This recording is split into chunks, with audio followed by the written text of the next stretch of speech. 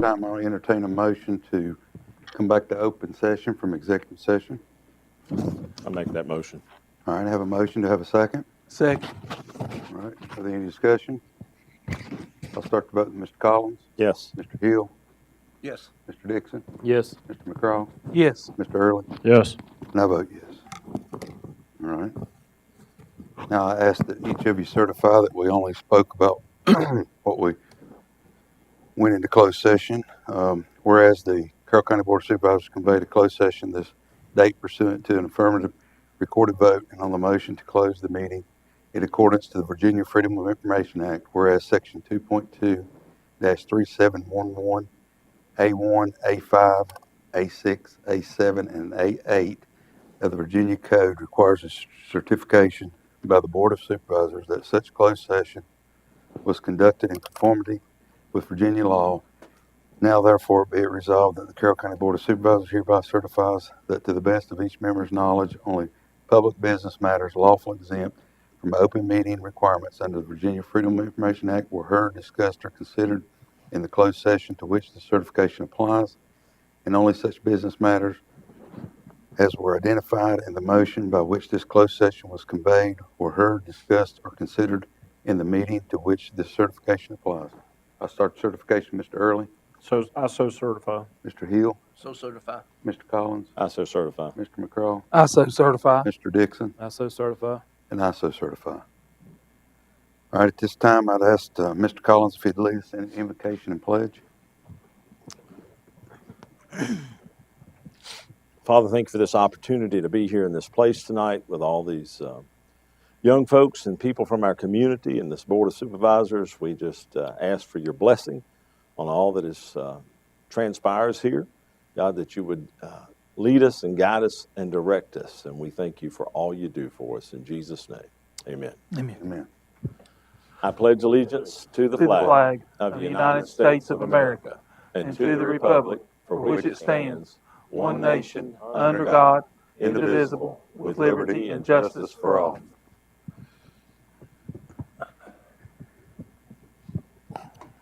Great to see everybody out tonight. It's exciting times in Carroll County, and we'll start with the agenda with social service retirement recognition to Miss Jenny Martin.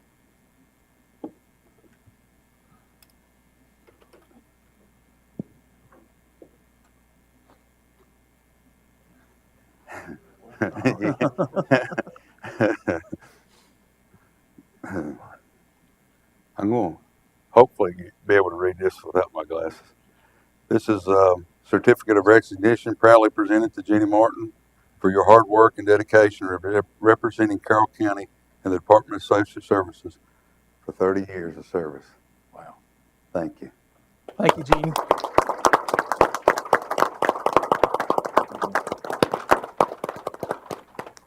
That's awesome.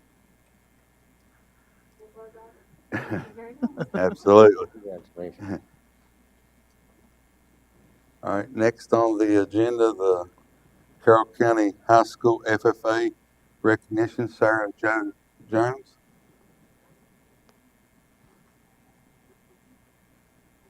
I'm going to have to get my papers right. Y'all going to have to bear with me. Got a lot of awards tonight.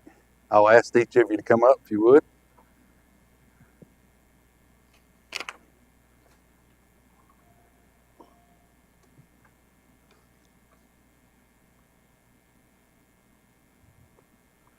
On my notes, would you want to speak on it, or you want me to? Or Sure. okay, yeah.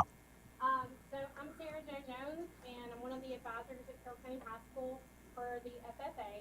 And I was one of two coaches that worked with this team. Dr. Randall Webb was the other coach. And they competed in the state parliamentary procedure contest for Virginia FFA on March 11th. And they were required to do a 25-question multiple choice test and an 11-minute demonstration showing parliamentary law. They had to each get in 2 motions and 4 quality debates and answer questions. And not all of the team is here tonight. There were 7 members of our team, but they placed 5th in the state, and we're the only team in our area, our entire district, to attend that competition. So super proud. All right. Michael Worrell. Thank you, sir. Cameron McMillan. Uh-huh. Faith Willard. All right. Caitlin Newman. You doing all right? Jaden Smith. Aiden Hill. I met you the other day. And Allison Blackburn. All right, and I'll read on that what it says. It's a certificate of recognition proudly presented to Allison Blackburn and each of the students on there for your hard work and dedication in representing Carroll County and for earning silver at the state FFA competition on April 11th, 2022. So, yeah. Thank you all for coming.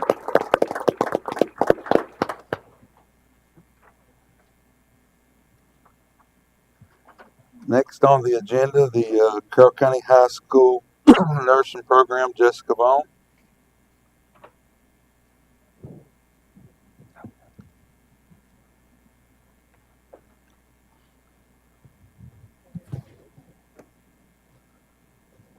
You want to speak up, Miss Vaughn? Okay.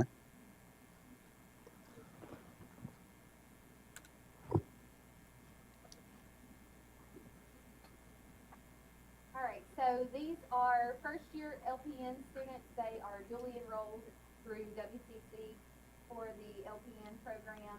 And we went to Williamsburg and got to compete in person. And they all advanced to the second round at state, and then two advanced to the national round. So we get to go to the national competition in Nashville in June. So they did a great job, and we're very proud of them. Absolutely. And I'll read it first this time. Certificate of recognition proudly presented to for your hard work and dedication in representing Carroll County and competing and advancing in the second round of the 42nd Virginia Hosted State Leadership Conference. This one will be Candace Blevins. Congratulations. Uh-huh. Kaylee Bunn. I'm going to mess this one up. Shauna Harmon? Maybe not. Morgan Hollingsworth. Carly Montgomery.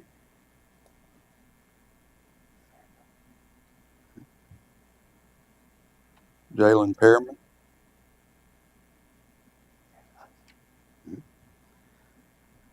Samantha Riffey. Emily Souls. Did I put you that? Yeah, no, Okay, that's okay. Thank you. You forgive me? That's all that matters. Madison Stevens. If you would, just give them one more round of applause.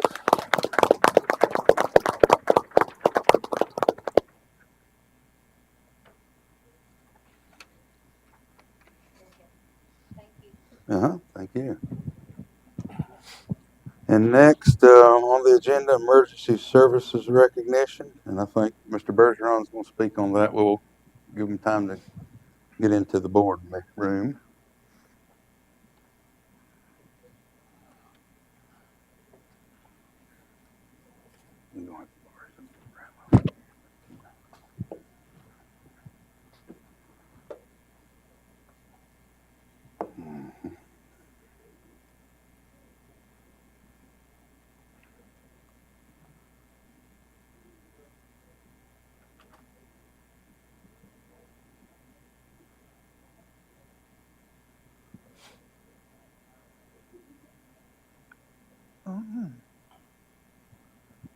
Couldn't tell you.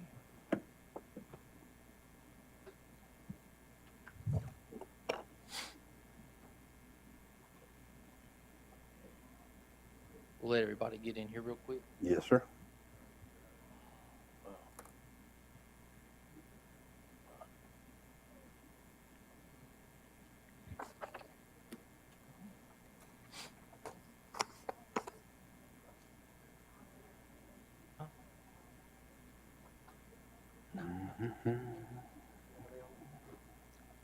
Okay, I know you all have a very busy agenda, so we'll make this quick.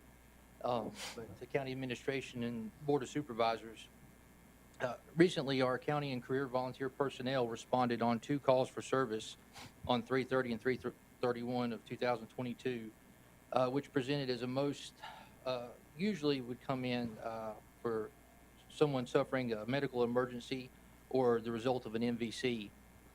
However, with both calls, our fire and EMS personnel were presented with extraordinary circumstances, logistical challenges that could have easily compromised patient outcomes. However, due to quick thinking and being resource minded, each call resulted in overall outstanding team efforts that afforded each patient the best possible outcome at those times. Carroll Fire Rescue, Hillsville Volunteer Fire Department, with the assistance of Carroll County Sheriff's Office, worked to technically extricate a resuscitated patient from a mezzanine landing at a local recycling facility. As fire and EMS crews worked to further stabilize the patient, Hillsville volunteer firefighters and other fire and EMS personnel worked to establish a technical rescue with ground ladders, ropes, and a Stokes basket, with which the patient was successfully and safely extricated and loaded for transport during this literally all hands on deck call. With all the providers there was not one idle person for that call.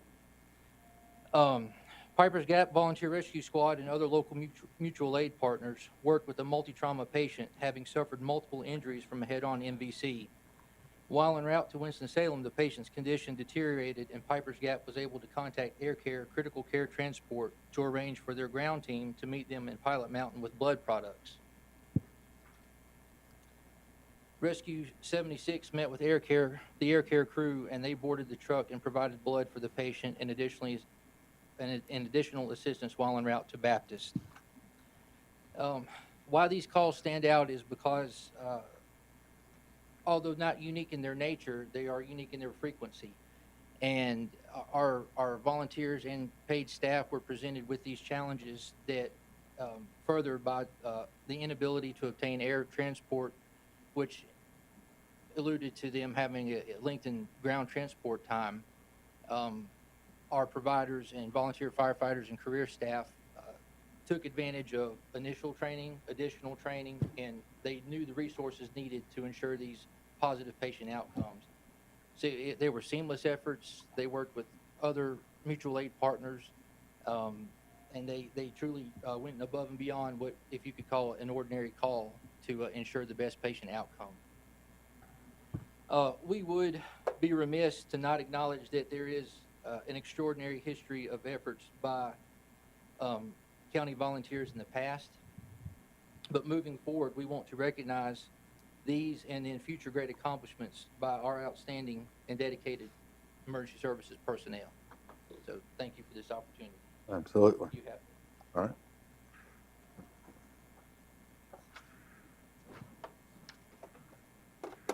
If you would get them right there, Joey.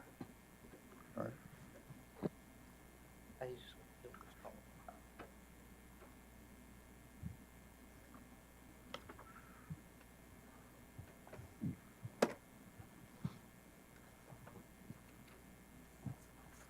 All right. So at this time, the board is going to recognize everyone that was involved in both of these Yes, sir. circumstances. And like I say, we want to thank everybody for their diligent thinking and hard work and effort. You know, as a supervisor, you know, I feel that that's one of our roles and goals as board members is to make sure that our citizens are taken care of, and you know, y'all have the resources y'all need to do y'all's job as well. So it's you know, it's been an exciting night to have the kids here. You know, there's a lot of people out there thankful for y'all's effort, and I just want to ditto that. So I'll start with Ryan Atkins.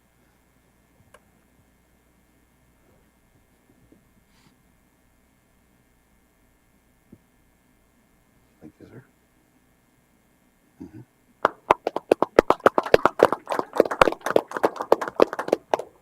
Dakota Redmond. She's out of town. Okay. Beth Robinson. She's also out of town. All right. Whitney Smith.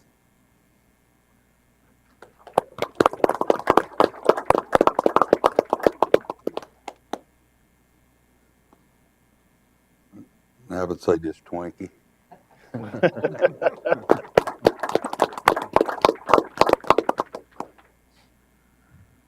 and Chief Andiette.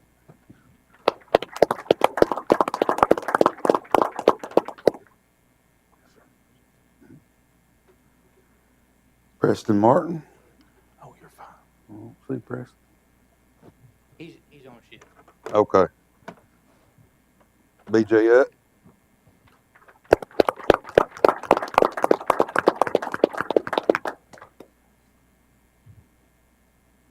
Morgan Ayers.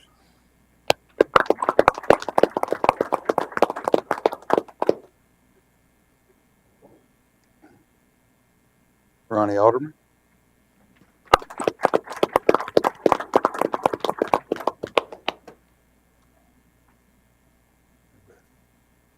Paul Chappell.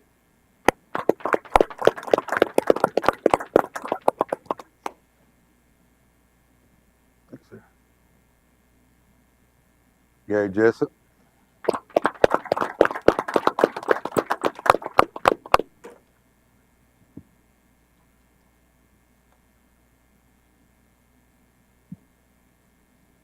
Chris Hawks.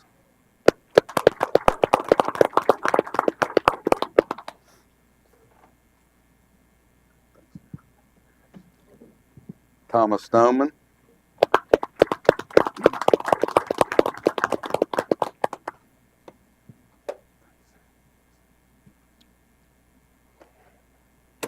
Ryan Atkins. You was on both?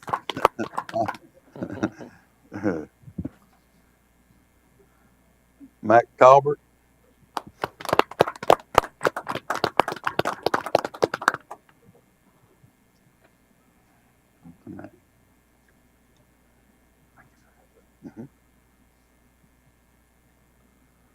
JB Talbert.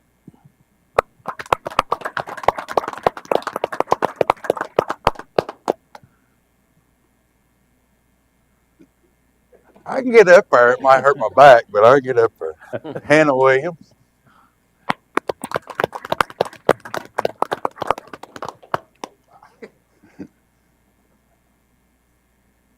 Y'all would give them one big more round of applause.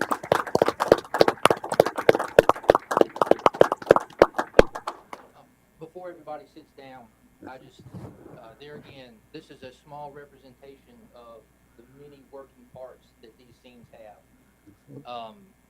What led to this moment is, despite the complications of on-scene treatment and logistics, is when these crews handed over patients, they had either resuscitated or very stable and viable patients at the time of the transfer of care.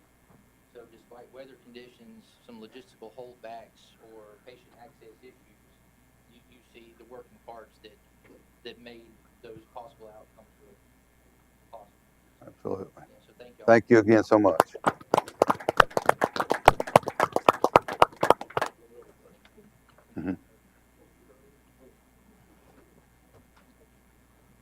Thank you, gentlemen.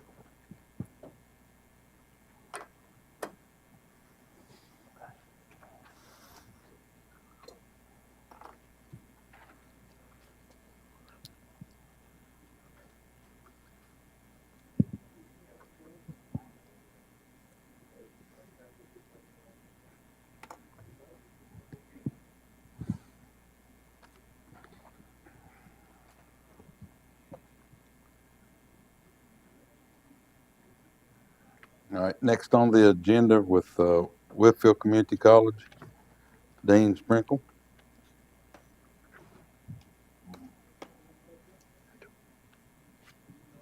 Good evening. Good evening. Appreciate the opportunity to be here. Did want to comment on those dual enrollment students. That was quite an accomplishment that those folks got, and I do have a word of caution for the FFA students. Those jackets shrink over the years, so if they take good care of them. We do have a packet of information, which I hope maybe has been handed out to you, and on the left-hand side of the packet will be some points that I'll be addressing. It's basically in a PowerPoint format. Included in that packet on the left-hand side is the local budget, which is the same as it was last year. Just as a reminder, the relative allocations by service area, county, and city of Galax change relative to the percentage of students who participate at the time that sampling is taken. There's also a document in there that explains how those local funds are used.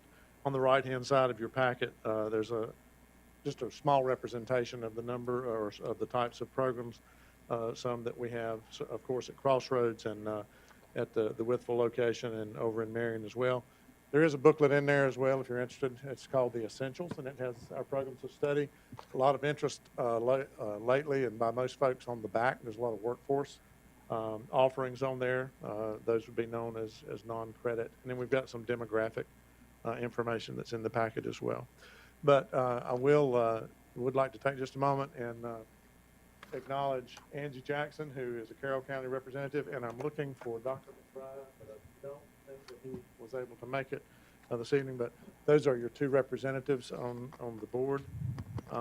If you look at the second page, you can see that Carroll County has a new career coach, and that she has been working diligently. I've had an increase in the dual enrollment students over this past year in the Carroll County High School.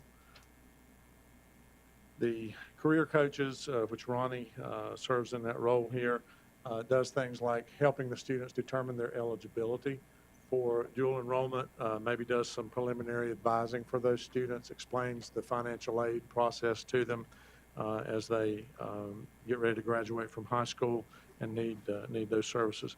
Our career coaches work with the students in person when the schools are open, but they also can do what we're all familiar with now is Zoom and telephone calls and emails and that type of thing if necessary.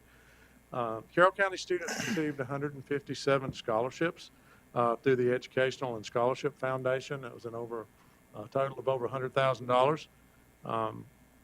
The WCC Educational Foundation also awards one scholarship at the high school for $300, and then 2 high school students are awarded a local board scholarship that covers full tuition and fees, and those were awarded this past year. Twin County Foundation, which was a welcome addition to the resources available to the students of Carroll, Grayson, and Galax. This scholarship pays 100% of tuition and fees not covered by other forms of financial aid for students in health programs. That was the desire of the Twin County Foundation. Those scholarships also cover 50% of tuition and fees not covered by other types of financial aid for all other programs that are available through WCC. The students are required to maintain a B average. Last spring, 19 students received a Twin County Foundation scholarship. There were 4 students in the summer and then 24 students in the fall, and I expect those numbers will grow as our participation from Carroll County High School continues to enroll. We did receive donations and contributions from the business and industry in Carroll County. I always appreciate the ongoing support. Your foundation board members and representatives are Brian Spencer and Mava Vass, which I'm sure all of you, or at least most of you know. Everybody knows Mava, and I assume most folks know Spencer, Brian Spencer. Lauren Chitwood is the representative on the Scholarship Foundation. You can see down there further on page 5, there are a number of certifications, trainings, and courses that are available through workforce development, and we also do customized training. As economic development activities unfold, we anticipate doing even more customized training for companies that have previously announced, and we anticipate will be announcing soon in the area. If you turn over to page 6, there's some folks taking advantage of really good opportunities for high-wage, high-demand jobs. 17 students completed the CDL truck driver training program, 5 in the power line program, 3 in the underground, which includes fiber optic training, which is particularly important right now. Welding program, 10 students from Carroll County. And we're working in a consortium to offer an EMT program at Crossroads in the not too distant future. Also offer some no-cost programs or opportunities through workforce development. Those include things more like in the arts, like concert band, choir, and theater, and then also some computer basics courses that are available. What we would ask is that that you consider our budget request this year of $44,122.50.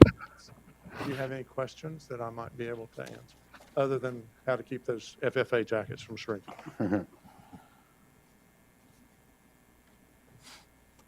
Well, we certainly appreciate the opportunity to be here and appreciate the support from Carroll County. Absolutely. Thank you. Thank you very much.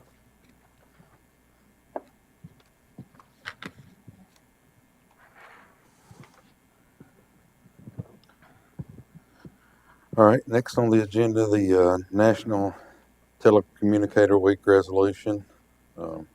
Whereas emergencies can occur at the time that require police, fire, and emergency medical services, and whereas when an emergency occurs, the prompt response of police officers, firefighters, and paramedics is critical to the protection of life and preservation of property, and whereas the safety of our police officers and firefighters is dependent upon the quality and assurance of information obtained from citizens who telephone the Twin County 911 Emergency Communications Center and the Carroll County Sheriff's Office, and whereas public safety telecommunicators are the first and most critical contact our citizens have with emergency services, and whereas public safety telecommunications are the single vital link for our police officers and firefighters by monitoring their activities by radio, providing them with information and ensuring their safety, and whereas public safety telecommunicators of the Carroll County Sheriff's Department and Twin County 911 have contributed substantially to the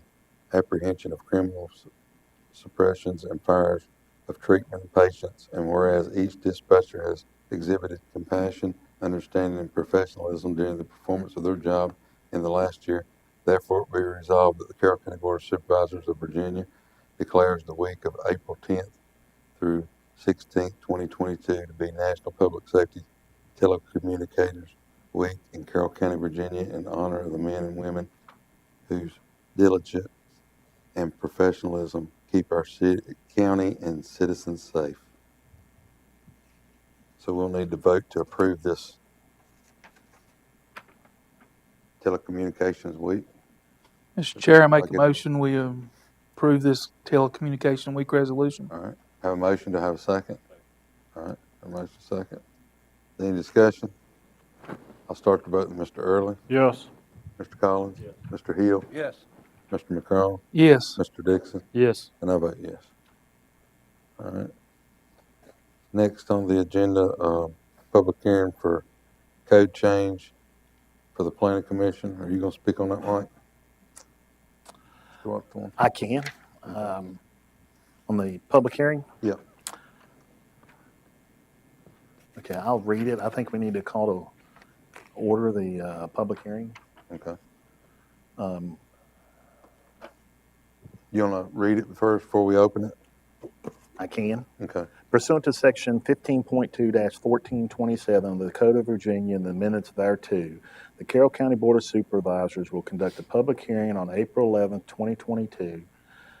The purpose of the public hearing is to give the citizens of Carroll County the opportunity to present comments on a proposed change to increasing the number of planning commission members to 9 members. A copy of the proposed ordinance may be provided in hard copy or in electronic format by calling or writing to the office of the county administrator, 276-730-3001, 605 Pine Street, Hillsville, Virginia, 24343, or by email at crystal.adams@carrollcountyva.gov. Okay. So I'll open the public hearing at 6:35. Anybody signed up to speak? All right. We'll wait a minute and close it at 6:36. While you're waiting, Mr. Chairman, I can just add that the way the proposed ordinance is structured, it simply increases from 7 to 9 the membership of the Planning Commission, which is permitted by Code of Virginia 15.2-2212, which provides that the Planning Commission shall consist of between 5 and 15 members. You will see that the ordinance does provide for a 2-year term for each of the new positions created. Thereafter, all Planning Commission members will serve 4-year terms. Okay. Yeah. All right, I'll close the public hearing at 6:36. Is there any action on this that the board want to take, or table it for a month, or? I'll make a motion that we increase the planning commission to 9 members. All right, I have a motion. Do I have a second? Second. All right, motion second. Is there any discussion? Hearing none, I'll start the vote. Mr. Hill, No. Mr. Collins, Yes. Mr. Early, Yes. Mr. McCraw, Yes. Mr. Dixon, Yes. and I vote yes. All right. Next on the agenda is tourism update. Whitney?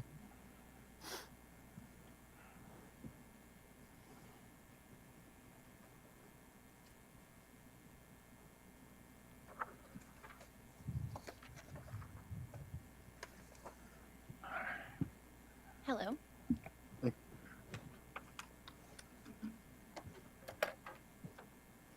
So my name is Whitney Griner, and I am a part-time travel advisor for Carroll County in the tourism department. I am here today to give you some updates about what's been going on in the tourism department for the past several months.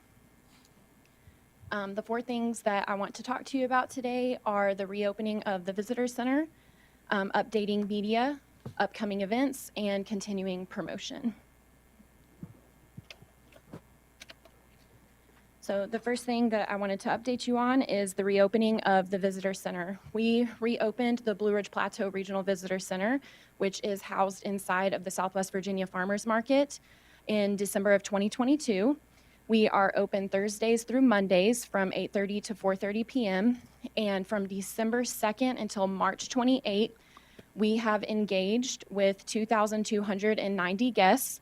This is a combination of locals and travelers. I don't have a breakdown what the percentages are. I'm working on a way to track that at this time, but we have actually engaged with, spoken with, helped let people know that we are here and open with 2,290 since that time. Fridays and Saturdays are our busiest days, and we also have travel advisors on site. There are 2 of us in our department that assist locals and travelers. Diane, who is our senior advisor, she works part-time, and she, I just want to kind of give you a little bit of information about her, but she was born in New Jersey, but she has lived in Carroll County in Fancy Gap since 1988. She served 37 years as a Blue Ridge Parkway park ranger. Her children attended Carroll County schools, and she was also a PTA president. Her children are still community members, and they're raising their families here as well. So Diane is our senior travel advisor, and she has a lot of information about the Blue Ridge Parkway that she can offer our guests and people that are passing through. The second person is me, Whitney. I'm new to Carroll County. Like Diane, I was not born here, but I like to say that I got here as quickly as I could. I am loving Carroll County and everything that it has to offer, and I'm really passionate about travel, and I want everyone to find what I found here. I really feel like I found a gem, and I'm like ready to shout it from the mountaintop. So anyway, I say that I'm passionate about traveling, but before the pandemic, I was employed as a tour guide for a motor coach company. I was completing my training before the pandemic. I've traveled to more than 10 countries. I have visited more than half of the United States. So just so you know where I'm coming from, I want to bring that enthusiasm and my experience. I know what travelers are looking for, and I want to offer that to people that are coming to our area. In the visitor center, we have a small remodel that's going on. We reopened the center, but we are every day trying to make improvements to that space as we hear the comments from the community and travelers that pass through. In the future, we're hoping that we can have a dedicated space, but I'm sure that's to come later on. The next thing I want to tell you about is the media that we have updated and the media that we still need to update. On your table, I gave you a couple of things that you may see there. One of them is this visitor's guide. This is the Galax Gazette Visitor Guide. It comes out multiple times a year. So we had a deadline, March 25th, for the spring and summer edition that's going to be coming out. This is what the last one looked like. And this paper that looks this way, the image on the left, if you're looking at the screen, is what we submitted to come out for the spring and summer edition. So we're focusing on the heritage of our area, the culture of our area, and the recreation of our area, as well as posting the annual events that we have coming up every year. And we're also asking people, you know, if they want more information, if they want details, they can contact us about all of those things. We have also submitted an ad to the Blue Ridge Parkway Guide. That's the next page that I gave you. It's the one that says where history and mountains meet. So we submitted that to them, and that's going to be printed in the upcoming edition of the Blue Ridge Parkway Guide. We have also been working on our entry into the Blue Ridge Parkway map, as well as the Crooked Road quarterly production. And we are also looking into getting an ad in the Blue Ridge Outdoors magazine that is being distributed across the area. I also set a brochure on your desk that looks like this. And this is a brochure that we are working on updating at the moment. Since we are a certified tourist information center through Virginia Tourism Corporation, our RAT card, which is this, is displayed in 77 centers across the state, but it hasn't been updated in several years. So that's something that we thought was important to update this brochure, which is basically like our invitation with the latest information, since the other centers are sharing it and making it available to travelers. So this one will be coming soon, the redesign of the brochure. Another thing we're working on updating is the billboard that is over by the farmers market, which has you can see it in the picture here, but it says exit 14. This side that I posted the picture of is actually the better side. The other side gets the morning sun and the midday sun, so it's like almost white on that side, and you can't really tell what it says. We have a lot of visitors saying, I almost didn't see your sign, I almost didn't stop, you know, but I kind of made it out. So we'd really like to get that updated this year, and we are working on that. So far, we've gotten 3 quotes from some companies, so that should be coming soon as well. Kind of what we're working on, where we're moving forward. We also want to start, updating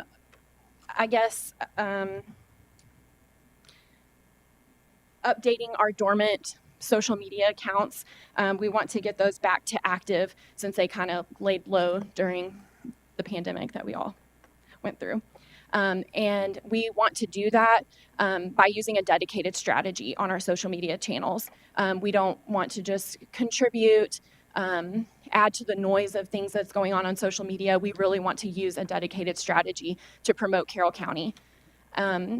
We also want to update our website, and we want to optimize that for mobile use, because that's one thing that most people aren't using laptops. They're not using desktops. They're using their mobile phones. And so we want to try to update the website to be more mobile friendly, as well as we want to use data feeds for the events so that we can share all of the wonderful events that are going on in our area. And it will be a whole lot less time consuming and less labor intensive if we actually have that systemized to where it is pulling from other sources and putting that information out there and updating it as well. Right now, it's a little labor intensive. Diane and I are only part-time, and we try to do our best, but it's hard, especially with weather and things changing, to get in there and make sure we have the most updated information. If we systemize that, it will be a lot easier. Okay.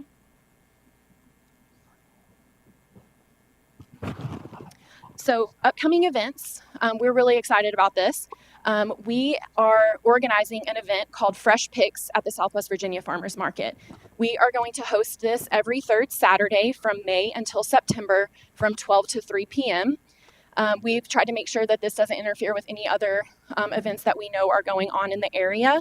And what we want to do is we want to have live music, artisan demos, and food trucks available for our community, as well as everyone that's stopping from I-77 traveling through. For live music, we want to have local bands, and we've also been reaching out to Carroll County Jam, which is the Junior Appalachian Musicians, and we want to try to feature some of them at our events as well. For the artisan demos, we would love to feature local artists and artisans, and we've also been in touch with the Carroll County Creative Arts Center to try to find local artists and things that would be interested in coming and demonstrating their skills at these events. For food trucks, we are looking for local and regional food trucks. We've already secured some to come to our events, but we're also wanting to reach out to civic organizations and churches. So in your districts, if y'all know of people or if you hear of people, feel free, tell them to communicate with us and let us know. We'd love to have them out there celebrating and just bringing people from our community together. In the future, we would like to have a picnic area out where we are. We have a lot of travelers that come through, people that want to stop and eat lunch. They don't want to eat in their car. Sometimes it's hard to eat in a rocking chair. So they want to eat at a picnic table or something. So we have a really nice little area over there to the side. And we've been talking with Kevin Simonis as well. And he has, spoken with us and agreed about the picnic area, but also for getting a Love Work sign. Similar to kind of what's set up at the courthouse right now, but we would like to get one in this area as well because the VTC will add it to their maps, the Virginia Tourism Corporation, and it'll bring more people to our area. People love taking pictures with these things. They like to share it on social media, so it's just another way to promote Carroll County and our area. We also think that these picnic areas and the Love Work sign will be an added bonus to what happens in the county fair. We think it could be an ad for people that are coming by there. They want to take pictures with the signs and share where they are, come out to the county fair. It'll just help everyone. And then finally, I'd like to talk to you about continuing promotion. So most of what we're going to be doing to promote is done through the media that we're working on updating.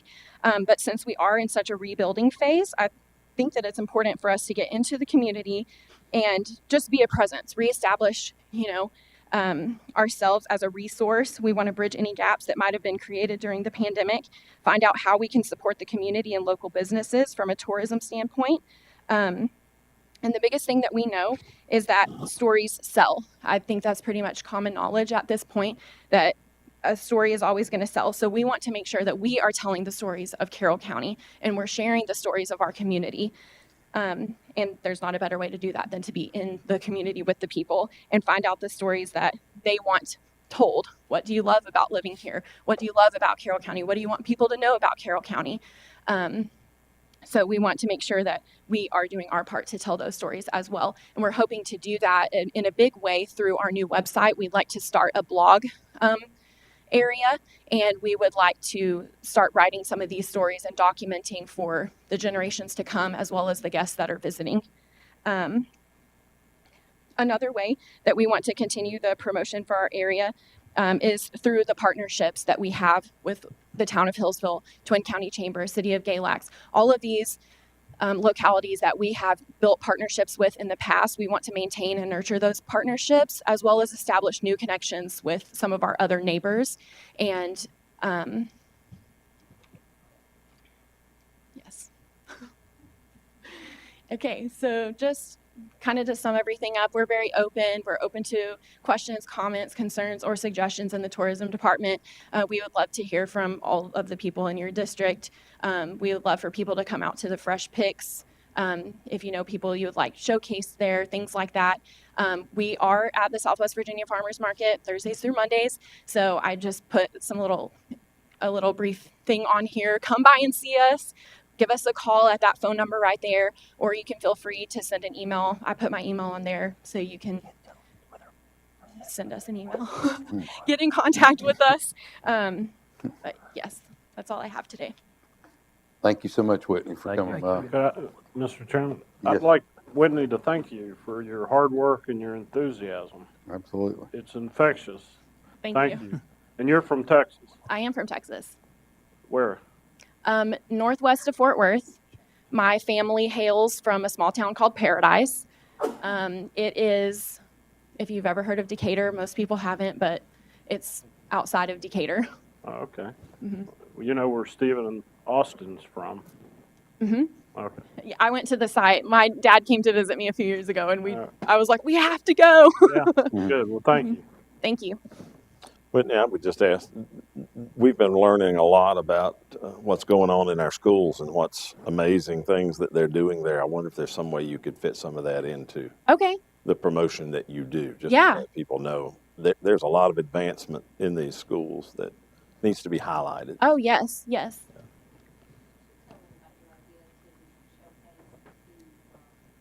Yes. So in our little part of our remodel that we've done, we were trying to carve out a little nook for whenever we have artisan demos and things of that nature, and also kind of open it up to, just more user friendly for our visitors. And we have a section that kind of is a corner piece. I was hoping to get to talk to Sarah Jo about it, but I'll talk to her about it later. That there's kind of a corner section that I thought it would be a good idea if we could get with her and get with the Bloomin' Cavaliers and have them do like an arrangement for us in the Welcome Center, in the Visitor Center, but we can put a little, plaque or something that says Bloomin' Cavaliers, Carroll County High School, and things of that nature. So that's one idea that we've had so far. Good. Mm-hmm. Absolutely. Anybody have anything else? Thank you. Thank you, Whitney. Thank you. Appreciate it. Mhm.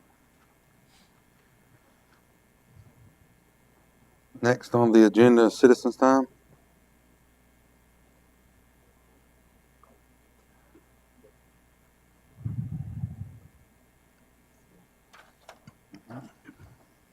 Mr. Bowden.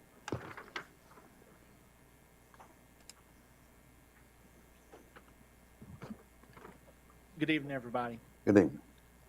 I know this board's been working hard on the issue for Carroll County for a while. Some information came to me this weekend at a dinner I attended that I wanted to make public to y'all. Virginia will be receiving roughly 3,200 parole offenders coming this June. Pretty high number, so they're releasing quite a few people. It was explained to me that Carroll County was slotted to receive somewhere in the neighborhood of 300 of these people to come to a treatment facility here in our area for the early release program. These numbers are not confirmed yet because they're still being worked out in details, and a facility may not be available right now. We as a county are about to get a huge influx in higher numbers than we've ever seen before. If the Life Center is allowed to expand its 400 patient facility in Carroll County, then we will see a huge increase in people coming from everywhere to Carroll County through these drug court and early parole programs. If a person violates the rules or fails out of the treatment program for whatever reason, and protocols remain the same as it does in GALAX, that person is just simply escorted to the property line and told do not come back on the property. That means that the people have nowhere to go and really not a lot of means to go anywhere. If they have paroled here, they will be, some of them, that cannot leave Carroll County for a period of time until a parole or probation officer gets them a transfer to move back to their locality. So at that point, they will need a place to stay or housing or something in Carroll County somewhere. It is my understanding that the Life Center currently has a no cooperation policy with local probation offices. If there is anything that the board or county can do, whether it's to make or just simply ask the facility that may be coming, could they simply notify if someone violates or if they fail out and they're being removed off the property? Could they let the sheriff's office know in a way that we could be able to deal with this more appropriately? It's something that looks like it's coming, and I would just ask that we try to be proactive in any way to kind of get ahead of this thing and have a plan of action in place before it happens. Thank y'all very much. Thank you. Thank you.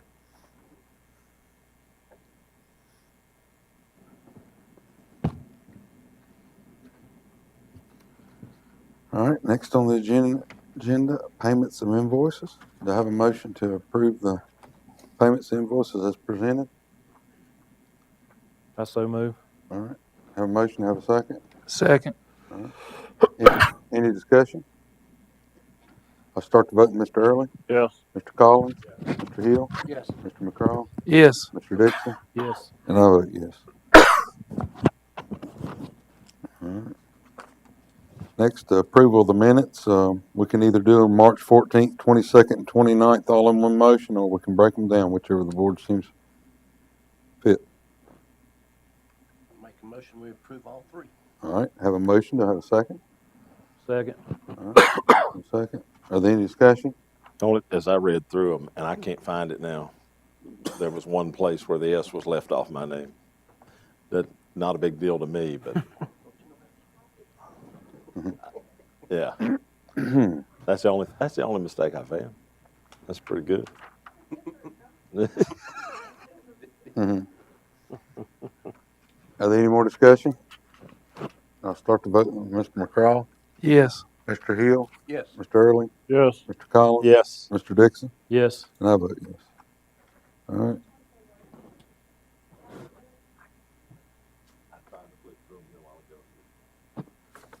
All right, I'll entertain a motion to approve the consent calendar as presented. Mr. Chairman, I make a motion, we approve the consent calendar as presented. All right, have a motion, have a second. Second. Are there any discussion? I'll start the vote with Mr. Early, Yes. Mr. Collins, Mr. Hill, Yes. Mr. McCraw, Yes. Mr. Dixon, Yes. and I vote yes. Next, on the agenda, VDOT rural rustic resolutions, Mr. Ledford.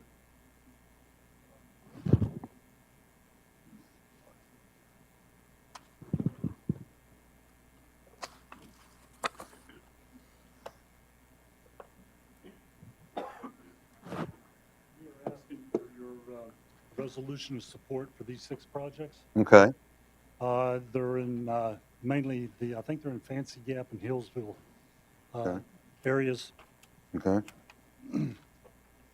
Of these 6 projects, we got Scenic View on Route 898, Route 636 Loafers Rest, Route 838 Broadway Lane, Route 608 Mount Carroll Road, Route 608 Old Appalachian Trail, and Route 683 Millstone Road. I want to caution you on one thing on these, on the 608 Mount Carroll Road and Route 608 Old Appalachian Trail. We are moving ahead with the plan. The environmental documents have already been submitted, and they're in the process, but both of those projects fall on Parkway property, and I'm still trying to coordinate with the Parkway to make sure that I don't go to jail. right, oh yeah. We wouldn't want that, That's the main thing. yeah. So we'll entertain a motion for the resolution to move forward with, these rural rustic resolutions. Mr. Chairman, I so move. All right, have a motion to have a second. Second. All right. Are there any discussion? Just one question. Is Millstone the one that connects to Appalachian Trail, Old Appalachian Trail? No. No. It's not. Okay. Millstone runs between Elkhorn and Joy Ranch. Joy Okay. Ranch, but we're doing the portion between Joy Ranch and Harrison. that Okay. We did last year. Okay. Are there any just more questions from Mr. Leopard? All right. I have a motion and a second. I'll start the vote with Mr. Early, Yes. Mr. Collins, Yes. Mr. Hill, Yes. Mr. McCraw, Yes. Mr. Dixon, Yes. and I vote yes. Thank you, Mr. Leopard. And you'll See be you back next- next month? Next month for the public hearing on those. Okay. Thank you. Gentlemen. Thank you, sir. Thank you. Mr. Chairman, may I ask Yeah. for his email address? Does Mike have that? You can send it to me? Okay. That's good. Thank you. Thank you, Mr. Leopard. All right, social service appropriation request, Ms. Isom?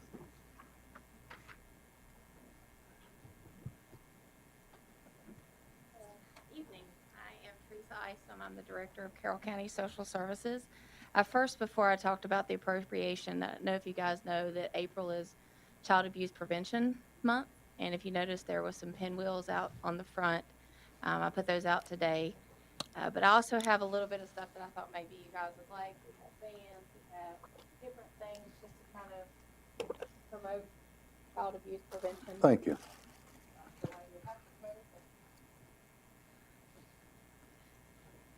And then the next thing is my letter.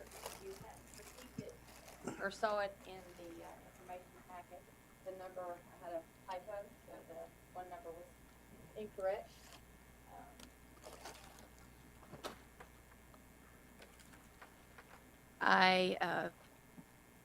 The department is requesting a budget adjustment for multiple programs that are currently estimating to be over the original allotments. Also, in fiscal year 22 budget determinations, the state provided 2 additional funding lines that had to do with salaries that were not put in the budget, fiscal year 22 budget. So I'm also requesting for those funds also. All of these funds are 100% reimbursed by federal and state. There's no local match to them. The total is $758,572, which would need to go in revenue and expenditures. For the county budget lines, undistributed VPA expenses, along with salaries and wages. And as you can see in the letter, I have it broken down into what the salary and wages part are, and then what the undistributed VPA expenses. The 2 budget lines that the $619,000 cover are for 4E foster children placement payments and adoption payments. Currently, we have 30 children that receive the 4E payments, and 87 children are receiving adoption subsidy, or their family is receiving adoption subsidy funding.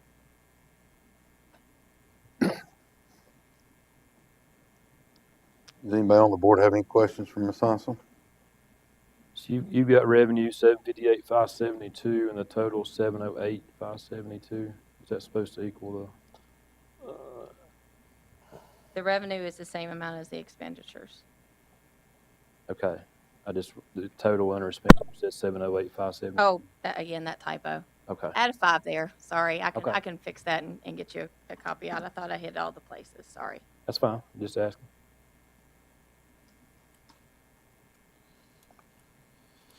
Any other questions or discussion? All right. And it is 100% state and federal money, correct? Reimbursement, Okay. yes. All right. I'll entertain a motion to approve this appropriation request. I so move. All right, have a motion, have a second. Second. All right. Any discussion? I'll start the vote. Mr. Hill, Yes. Mr. Early, Yes. Mr. Collins, Yes. Mr. Dixon, Yes. Mr. McCraw, Yes. and I vote yes. Thank you.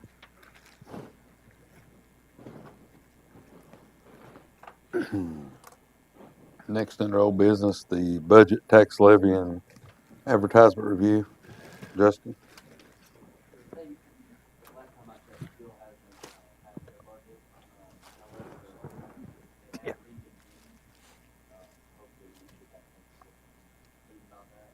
Okay.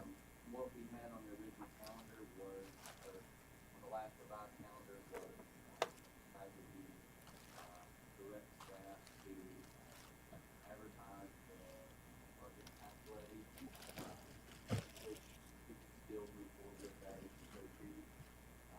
We can advertise as it is. I handed out earlier, the revenue and, the notable changes on those look like increases for fuel, and then definitely debt portion, which is new debt that should go through next week, or not new debt, but refunding of the old debt. We move forward with the advertisement. It'll give us time to get it advertised. We have to do the advertisement 7 days before the public hearing. We have to have a public hearing 7 days before the board can approve the budget. This would allow us time to do that without going. Should anything change on the back end, we could decide to change the budget after it is advertised. Okay.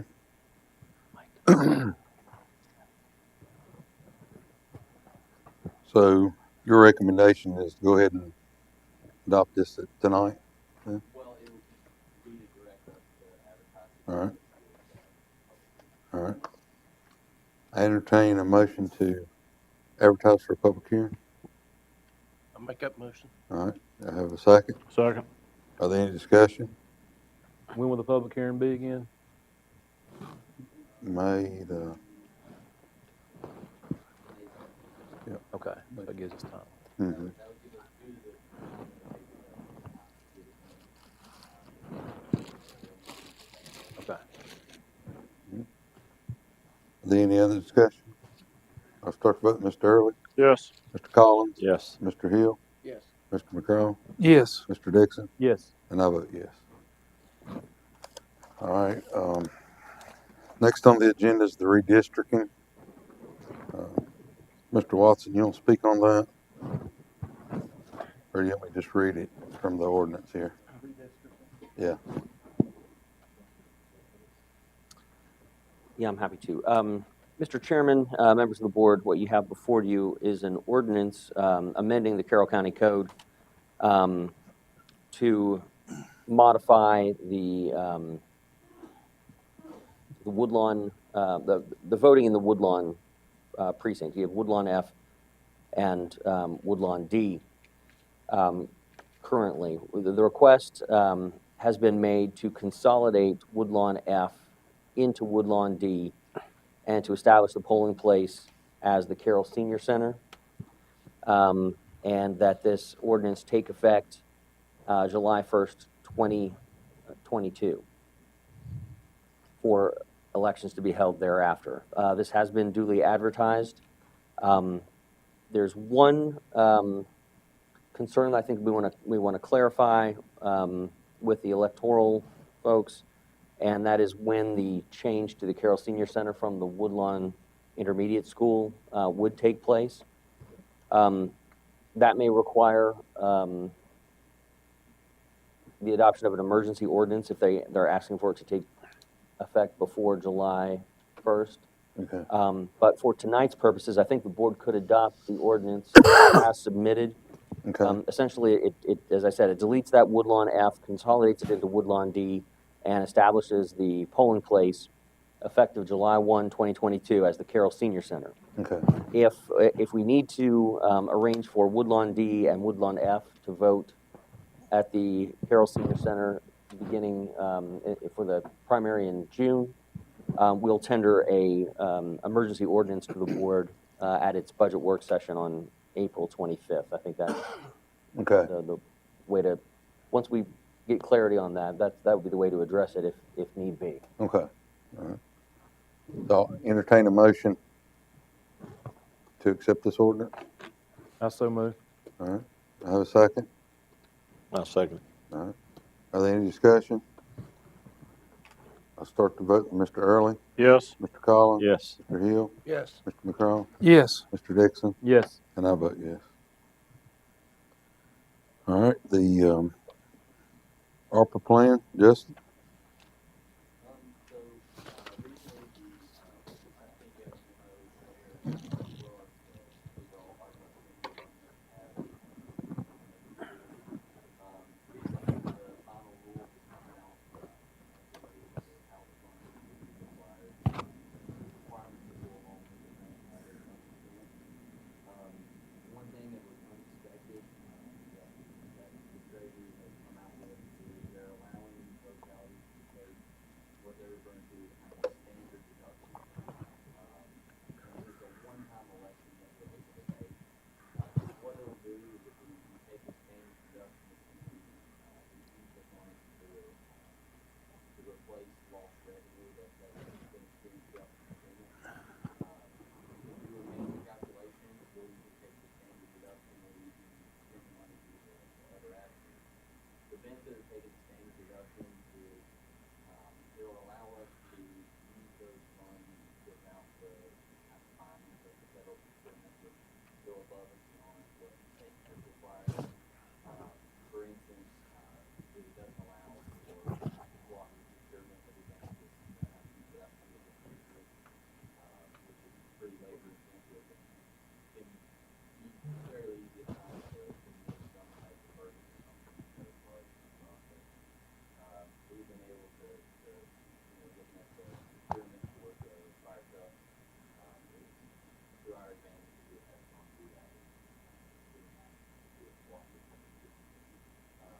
So what this is requesting is that we will rename rename our funds, we distributed ARPA funds. More affordable skills plans spend the same way, that we currently have planned. But what it'll allow us to do is on the reporting side, we'll instead use local expenditures, that don't require any type of procurement or those things. This is recommended by the auditors. Of course, it'll definitely make my life easier, it's gonna make the auditors' life easier, that's, why it's better to recommend something. But that's kind of moved forward, that we'll still proceed the same way.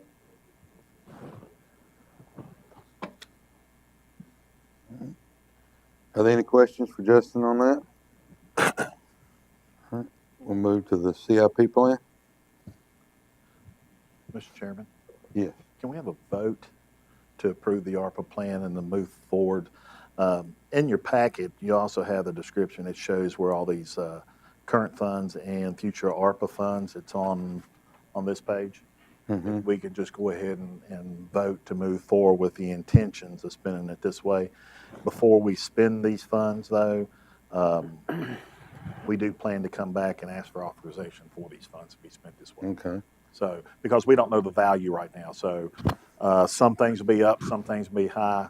Our SCADA might be lower, our software might be a little lower that we need to do. So it'll allow us to go ahead and plan with the intentions of doing this. Without it, then we sort of think that's the way we're going to do it, but this will give us directions to go ahead and go through the process of it. Okay. I'll make that motion. All right. Have a second? Second. All right. Any discussion? Start voting. Mr. Dixon? Yes. Mr. Early? Yes. Mr. Collins? Yes. Mr. Hill? Yes. Mr. McCraw? Yes. And I vote yes. All right. So we'll move to the CIP plan. What this will do is give us direction as the same way. So you have an item that's sitting on CIP plan that's already been funded through last year's funds. What this will allow us to go ahead and start doing it. So what this approval will do is give us the opportunity to spend, to approve the funds that were designated in this fiscal year that was put in the savings from last year. So what we're doing is we're pre-funding our CIP. So the money that is in our budget right now to be transferred into the CIP before the end of the year, which was approved in the budget, those will be started after July 1st. These projects that are on your CIP list now that are dated 2022, we should have been doing them throughout the year. However, we didn't set up a CIP fund until a few months ago or within the recent past. So what this will do, it gives us permission to go ahead with the CIP plan as far as this fiscal year. And in July, after the money is put into that, then we'll come and ask for work on the projects for the following year. So we can change those numbers on long term. It just gives you the opportunity for us to go ahead and plan the projects that are in this year. And each year we will, going forward, approve the CIP plan through the board to make sure those are the projects y'all want to do. All right. I think I explained that right, didn't I, Justin? All right. I'll entertain a motion to move forward with the CIP plan for this year. So move. All right. Have a second? Second. Are there any discussion? I'll start the vote. Mr. Collins? Yes. Mr. Hill? Yes. Mr. Early? Yes. Mr. McCraw? Yes. Mr. Dixon? Yes. And I vote yes.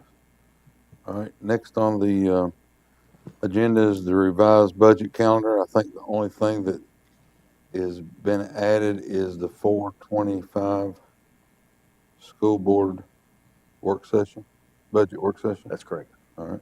So I'll entertain a motion to approve the calendar with this revised. I so move. All right. Have a second? Second. All right. Any discussion? I have a question. All right. What time? I think we've been doing them at 6 o'clock. Is there a preference for the board? That's fine. There's a Brasuda meeting that day. I just, 6 would be all right, wouldn't it? yeah. It's fine with me. All right. We'll do it at 6.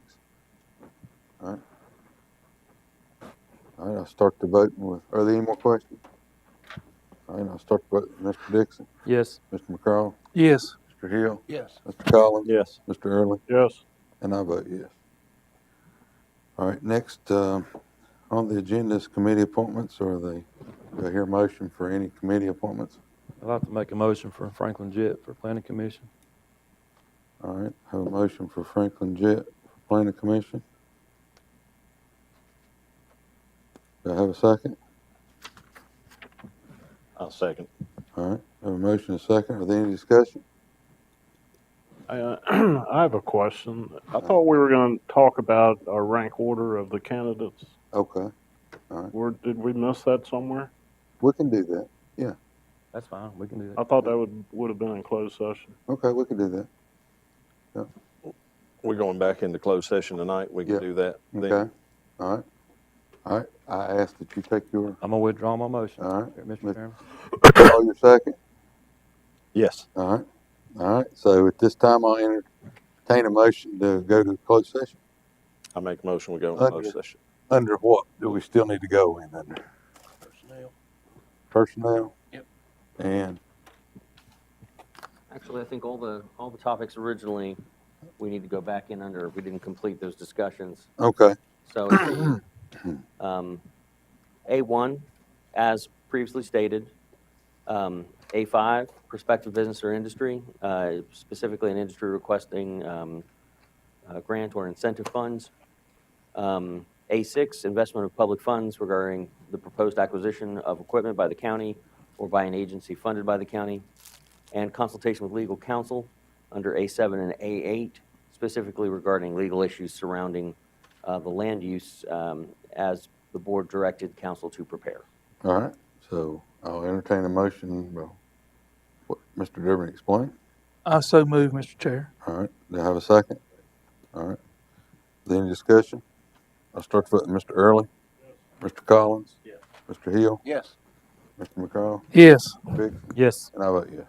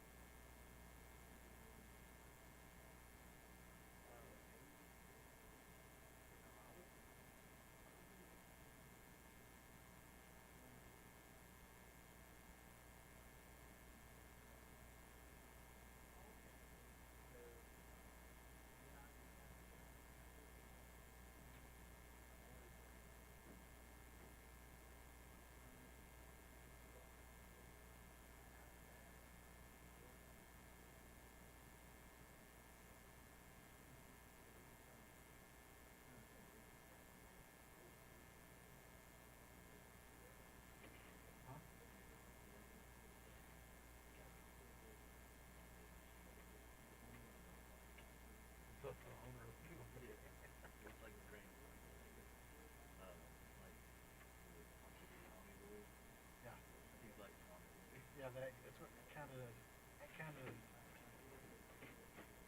he had better, I mean, he's got better salesman than his sales. You know, I know they're trying to skim, the whole touch about it.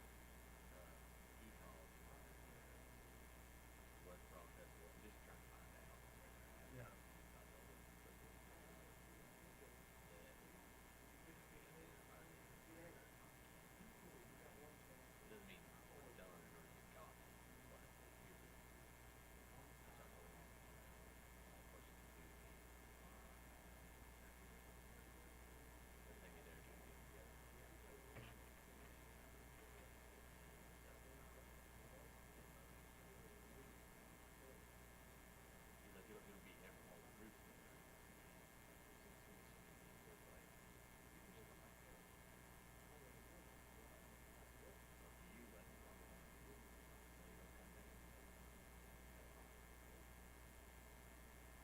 I don't know if that would be better or worse. I mean, me personally, I don't want to hear another sales pitch. Well, I mean, I want specific questions. I want somebody with some technical expertise to talk to me. I don't want,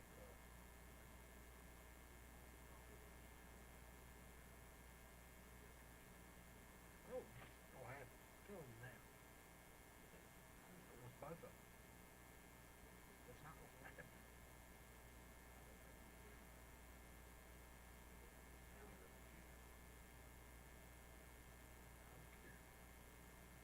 They don't care at all.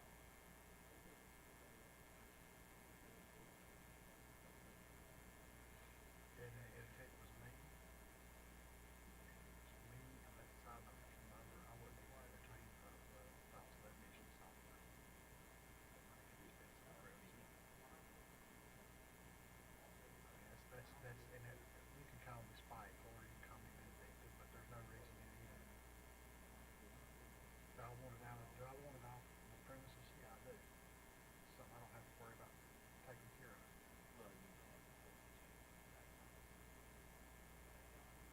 Well, I don't think they understand though. If they don't get on the train now, that train may not come back around in the future. As far as replacing their software.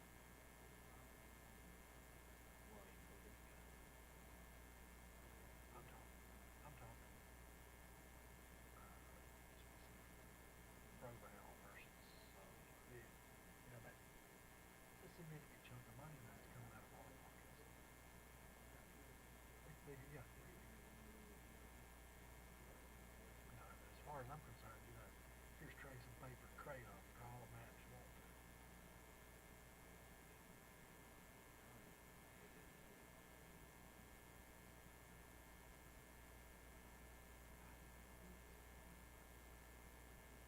I think that, I think it'll be us, and then they'll do their own thing. They don't want to get up to control. I mean, it's the whole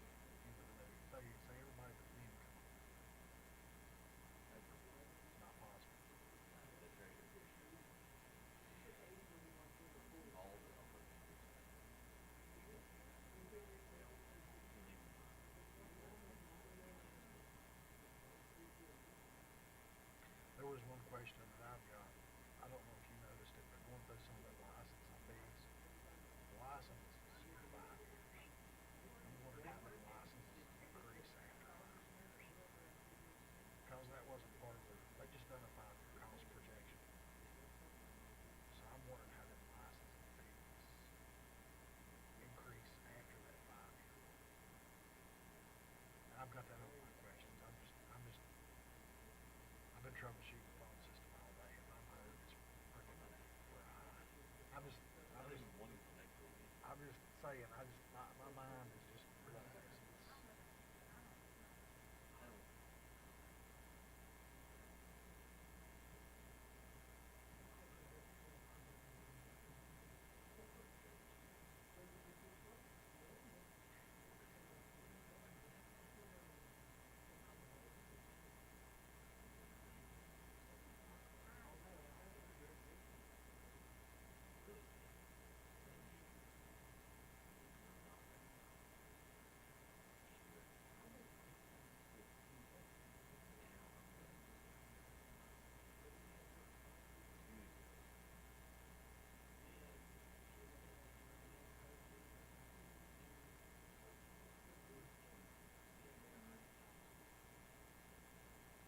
I'm gonna put something in there about maintenance too. I mean, we'll have to run two systems and watch two systems and try to take care of two systems.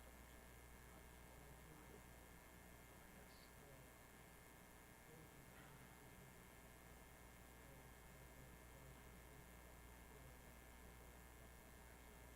have they cut my other position yet? I'm just waiting for that shoe to drop.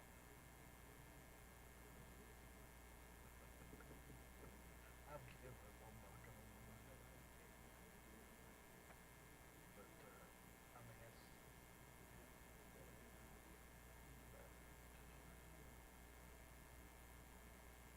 Justin, I can say, you know, I don't give a damn what you're on. I really don't. I don't care what you're on.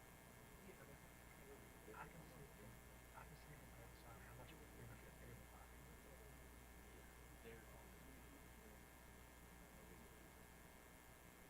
Well, you know, just without your break. Well, just because it doesn't benefit you as much as everybody else, you shouldn't be a dick and try to take it away from everybody else.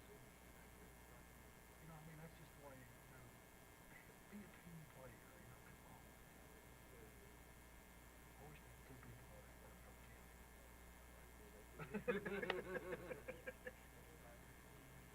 It's just, yeah, I mean, that's, well, I mean, if you're doing all that work, you might be part-time then.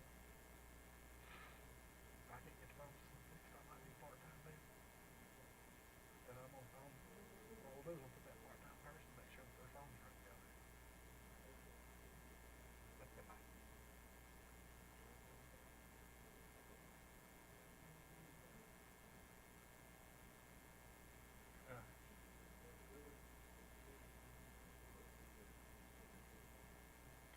Either they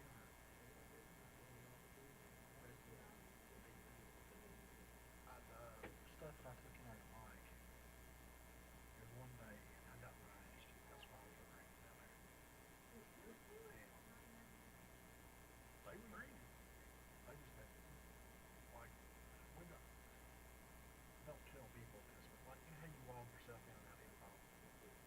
I've got 5 licenses that lets the end user do that. Well, there's a button on that that says log in and log out.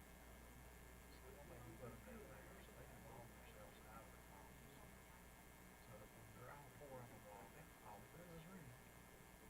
Kicks the auto attendant and hangs up on them. So that's the reason. So then I took it in there because I got, like I said, I got my own issue. So I said, all right, this time I'm going to show them the facts. Show them the facts.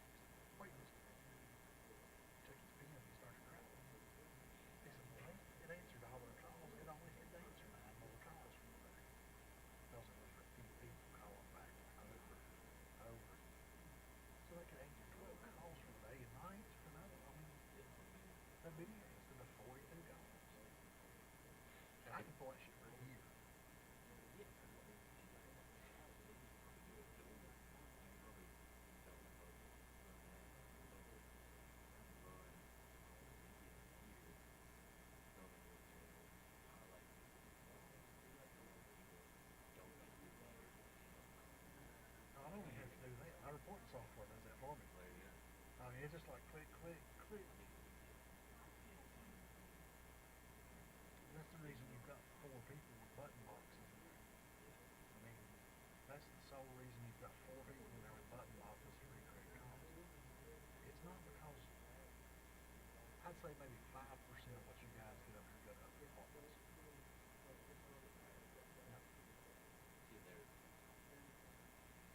The clerks is a special story. There's a bunch of infighting over there. I've got so many damn weird loops over there that directs phone calls to other departments that it's, like if you call a clerk's court, their very first option is to send them to general district court.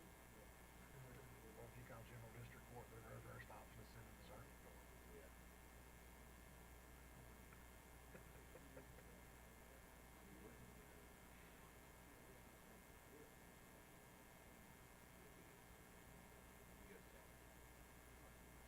I'm hoping.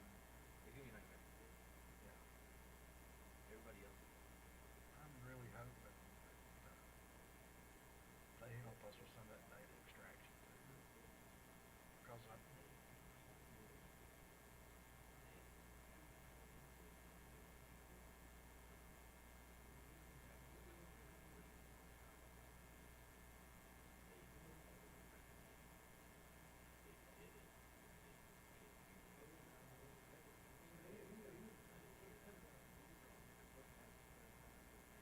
see, I wouldn't even know what to go through and look.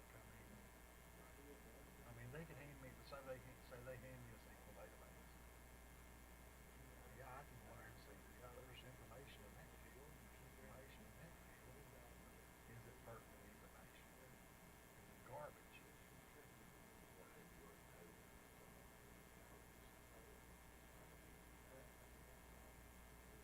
That was something I was going to talk to Michelle about, and I forgot about it last week. I know we assign a employee ID number. How is it assigned to a BA ID?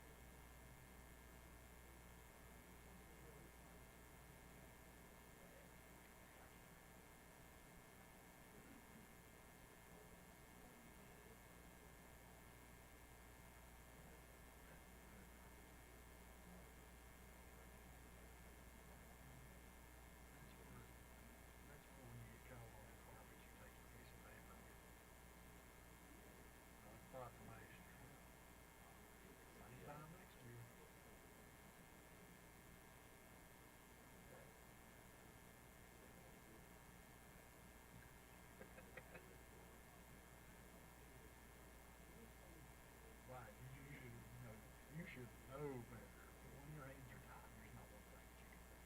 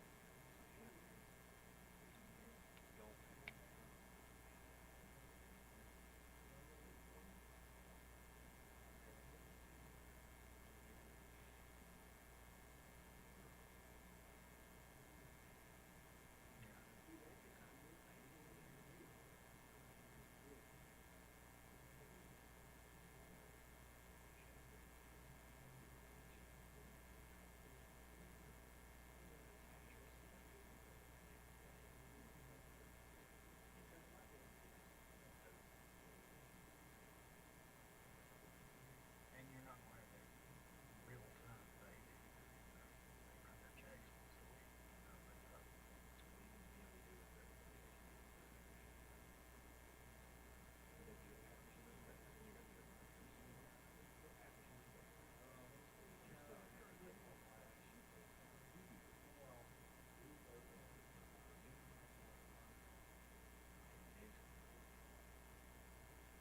so you're gonna be working about a month behind.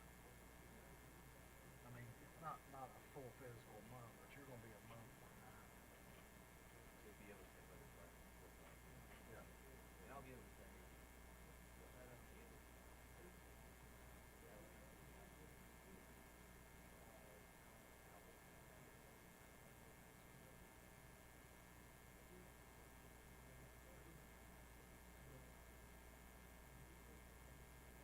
I'm like you. I wish she liked that good. I wish she had spoke up in that meeting.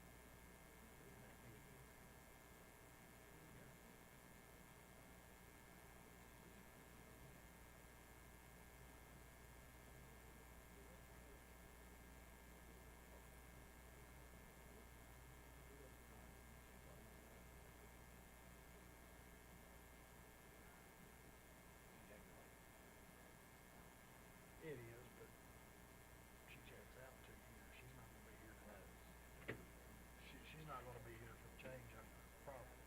Say if we get started August.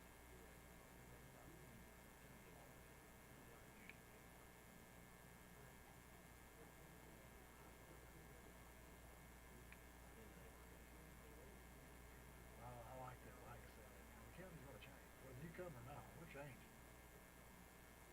And then the response to that was pretty funny too. So, yeah. Like she said, well, you really don't have to be. What you need.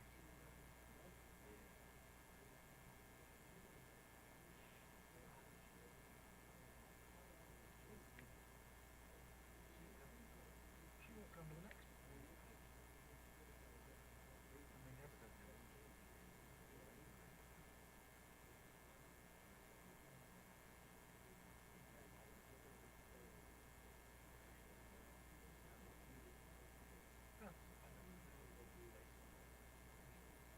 I mean, that's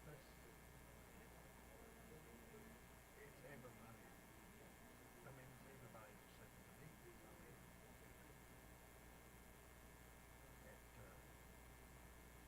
I think if they come back in here, I'd almost have to present a report. I might do that. Not just specifically for you.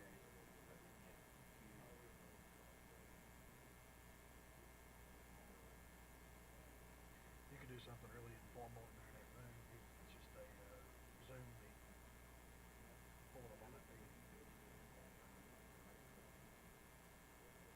Yeah. I was thinking in there it leaves live pieces and stuff like that.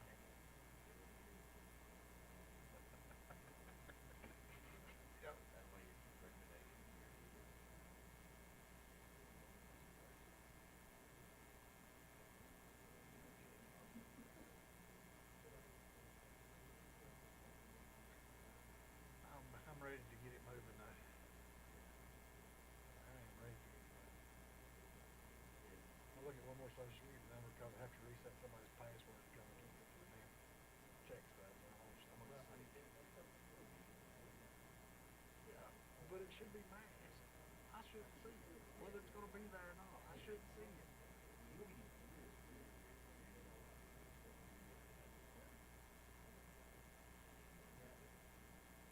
That's okay. I've got that access in about every department that I work in. I've seen stuff at the sheriff's office that's given me nightmares. But something like that, whether I've got all access in the world, that is a field that should be masked from me. I should not see social security numbers for anybody in the system, whether I've got full access or not.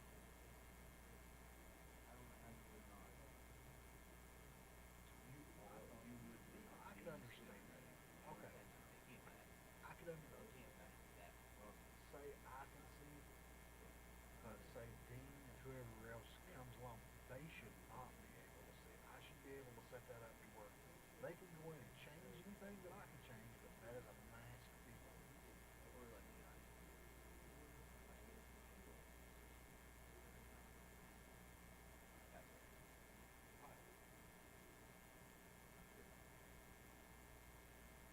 There's stuff sprinkled. That lady from Buys been on my hind end for a week now to get her a VPN connection back in here, and I just ain't had time.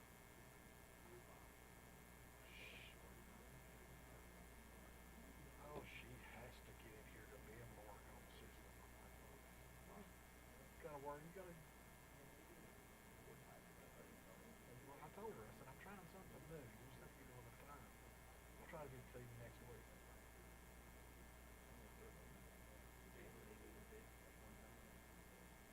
What have you?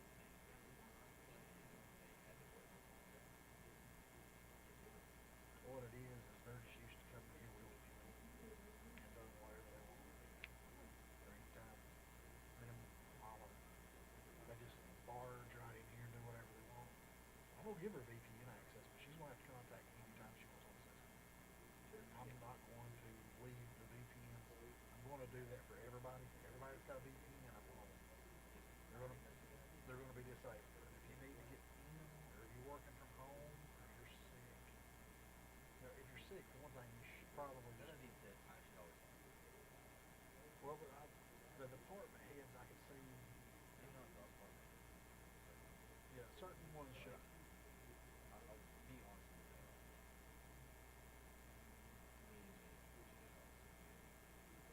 See, I'm going to change you guys to instead of being a IPsec VPN tunnel, you're going to be an SSL VPN tunnel. You'll download instead of putting in a password, you'll download a certificate and it'll check against your certificate that's on your computer or whether or not that you log in or not. It won't be, put in your password. When you open and click and connect, it's going to go out and look at the certificate on the firewall, check the certificate on your computer. If they don't match, then you don't get on.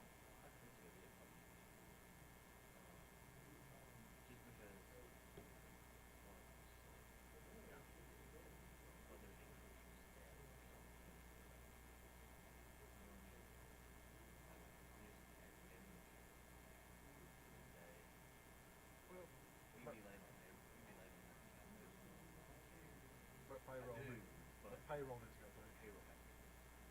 But we've got a lot. I've got a lot set up.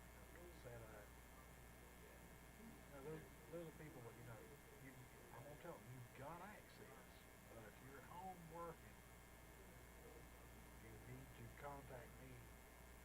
Code switch. Let you.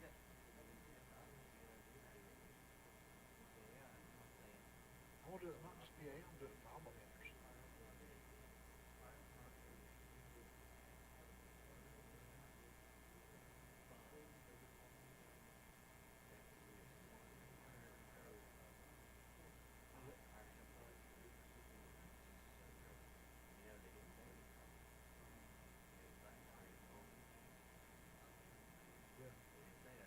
No, it was the help desk plural.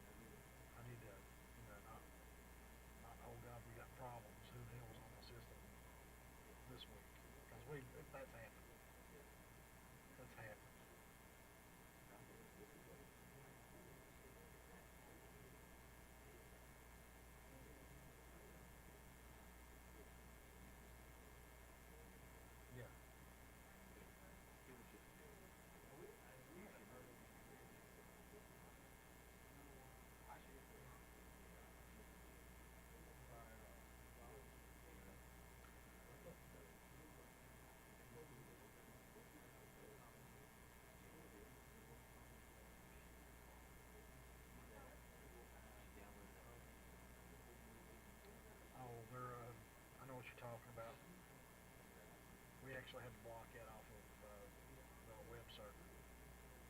They can get, they do have to contact us to get on the web server.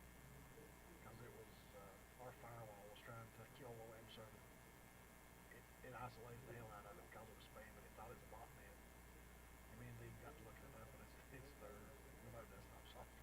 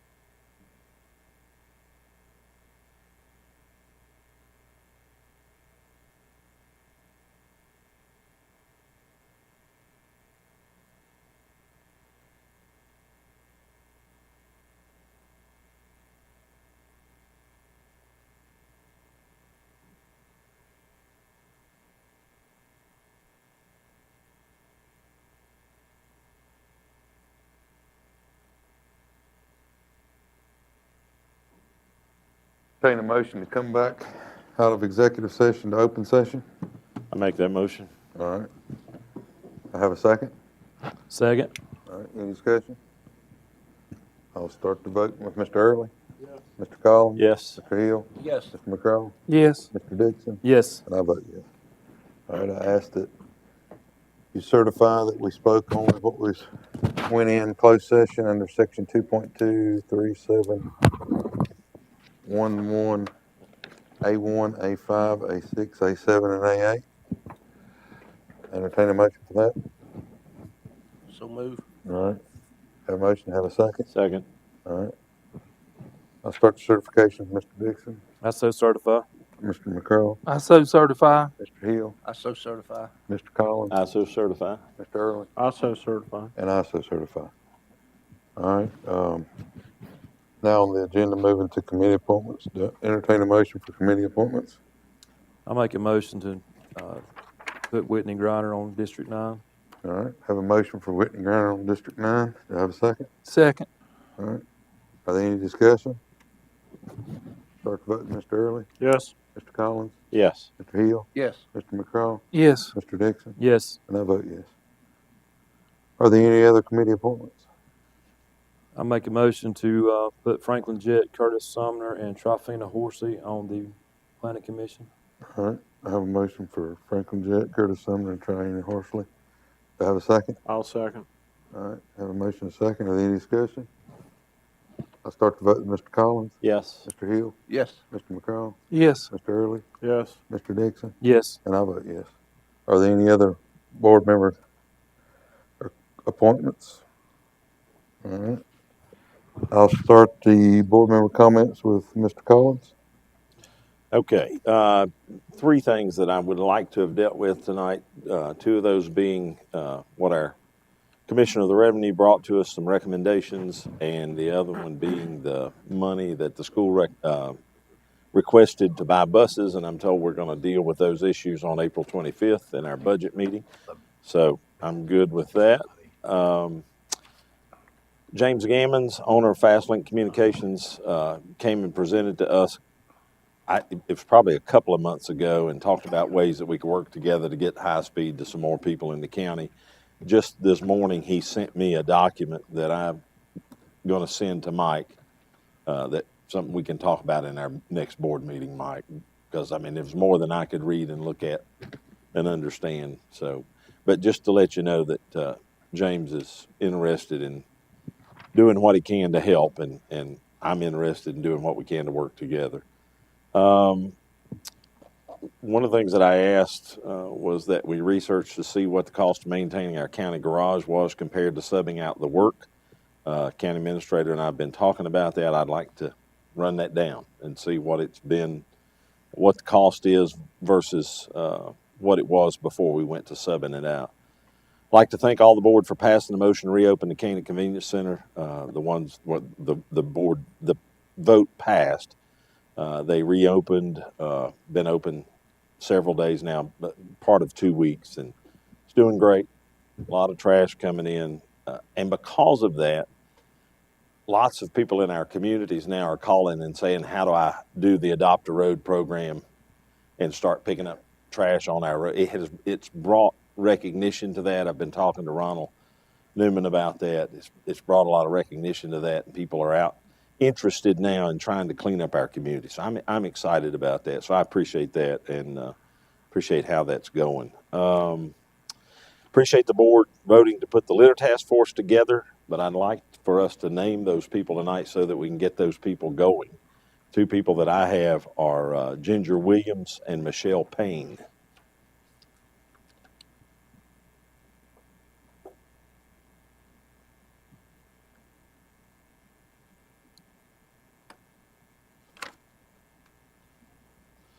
And I'm done after that. If anybody else has got names, I'd like to get them meeting. I think somebody said that, of course, Ronald's going to be part of that. Somebody from the sheriff's department, I think somebody posted. So whoever those members are, so we can get them together and get them working.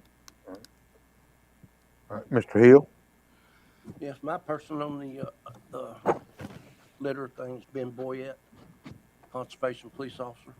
and I give my other one up for the sheriff's department. Okay. Do you have anything under No. comment? Everything else. All right. Mr. Early? A couple things. Broadband is a high emphasis item for me in my district. Not wanting to get into detail or very specific amounts, Mr. Watson, could you just kind of recap what grants are being applied for? I don't need to know the numbers. You have two people named to the task force. I do not. Oh. Oh, is that all we're? That's what he asked. Yeah, he was getting each person. Oh, okay. We can go on through, when we go through board Supervisor member time. comments, we'll. That's what I thought we were doing, was supervisor time. That's fine. Absolutely. Right now, we're in the process of finalizing our study. The study had to be changed.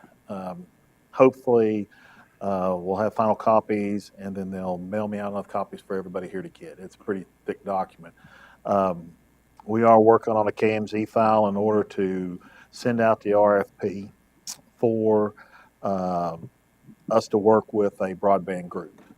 One of the things we ran into in the past was with broadband, it was a high ticket dollar amount. So within the study, I've had them divided out and given an option. They had options in there for wireless. We're also doing an option for fiber. And it's divided us up in about 5 different sections throughout the map in order to provide high speed possible. The VOTI grant that we were not able to apply for at the last round, I think it was in November or December. We're working on it now. They just released the draft guidelines and open it up for public comment. One of the changes in it is, I think it's 100 to, instead of the 25.3, I think it's 100 speed with 20 upload. Also, we have applied for an ARC grant. This grant is working toward extending the fiber service right on the Carlton Pike Galax area. When you come off in that area, it's about and the number's not right, but about a $1.3 million project. We're looking at putting a match of about $600,000 toward it. The reason why we're doing that is when you combine the ARC money with the grant money that we'll put toward it, the funds that we put toward it, that gives us a $1.3 million match when we apply for another grant. So based on the recommendations, we applied through some of the agencies that we're going to apply through. They felt like that we should divide out certain sections in order to have not just one huge amount for one broadband provider. So we're going to send out the RFP. It's for an ISP. It's going to be for internet service providers, and it's not going to be limited to just one. So different areas can bid on different ones that can provide service in those areas. So you might have one provider A in the Woodlawn unserved area. You might have one in the Dougspur area. You might have one in the Cana area. You might have different providers for each one that can extend their existing service. So, but we have had several people reach out, want to apply for the RFP. So we do have one grant applied for. We hope to apply for body grant again. And also there's some money that we're going to use from the redistributed ARPA funds in order to go toward broadband.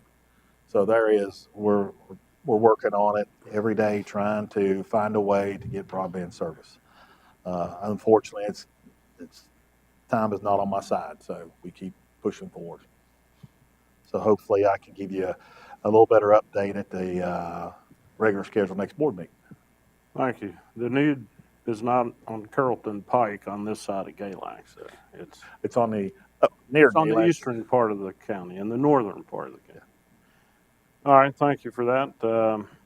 It's my understanding that VDOT will be here next month to discuss 6-year plan road inputs. Is that correct? May 11th, they will be here for the public hearing, and then that's the way that we'll be able to put additional roads and recommend additional roads coming on it. So if a person wants to come in and speak, or if you already have the roads in that you know that want to be added, this is an opportunity for VDOT to hear that.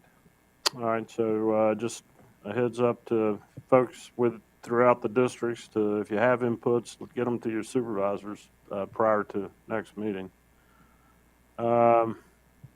Whitney earlier tonight discussed wanting a picnic area down at the Tourist Information Center. And, would it be possible maybe talk to the building trades folks and see if they'd be interested in building picnic tables Good idea. for them?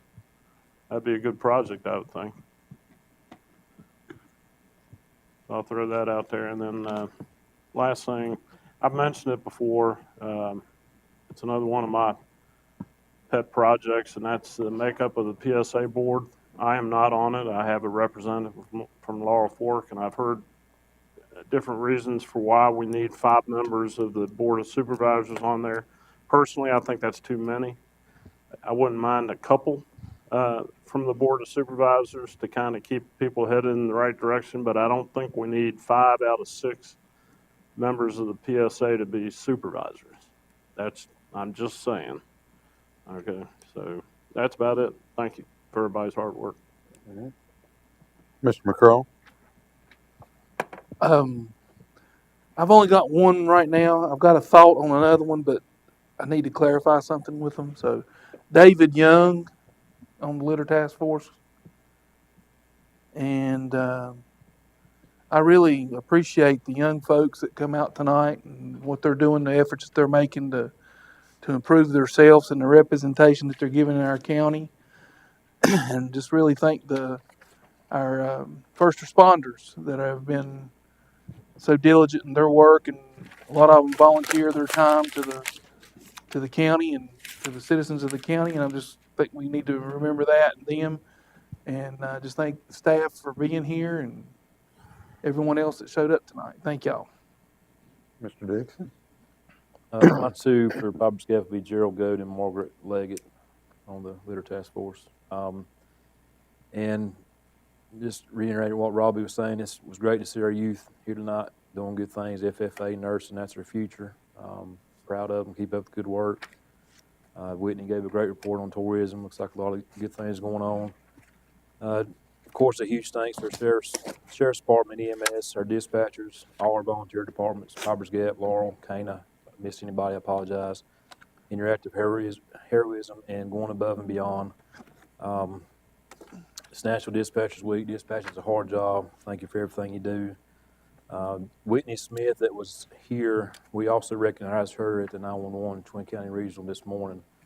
She works part-time EMS. She's a dispatcher at Twin County Regional 911. She's on Piper's Gap Rescue. But she also helped save the life of an infant by giving CPR through the phone to the uncle of the child. The state was going to require by 2024 that all 911 do medical dispatch. They are doing medical dispatch with Twin County, which Grayson gave. That's Carroll now. So since they implemented early, she was able to help save a child's life. So just wanted to call that out. Thank all you staying so late and supervisors for working so hard. That's all I got. All right. Now I'll echo what the board pretty much has already said. Mr. Newman, is Judy still? All right. Yeah, Judy Farmer will be one of mine, and then I have another representative there. They wanted to give it a few more days there, but I'll get that information to you as well. So I want to thank staff and everybody for all they do, and David for coming and sharing, enlightening us on some more things that could be going on that we could keep our eyes open for. We always appreciate that insight. Thank you for that. And thank the board for all their hard work and what they do, and staff and Crystal and Justin and Mike and all of our employees at the county. It seems like sometimes they get forgotten in all the mix, and sort of like Joey said, our EMS, Sheriff's Department, all of them are heroes when we need them the most, and it's good to see that the youth here. In the last couple months, we've had a lot of the youth here, and that's exciting because they are going to be our future. And I think we'll hopefully have some more invited for next month, so that's exciting. So, but with that, I'll turn it over to County Administrator comments. I usually don't say too much, but, you know, the last few meetings, we've had an opportunity to see a lot of people come through here. I mean, it's really been great. I brag on the people in Carroll County. You know, a lot of times I get to see the tough ones. I'm the person that has to look at the work on the budget and provide funding for many agencies. You have the EMS, fire, every department throughout the county. But the greatest part about it is when you need them, they're there, the volunteers. You know, you saw them all in here, and it wasn't where they live or where they're working or who they volunteer for. They really, I mean, they step up, they come together, they do a great job. You know, you can't say that anymore. With youth, you know, it's amazing to see. And I think it's great to bring them in here because, you know, I get the opportunity to see the things that I normally wouldn't see, you know.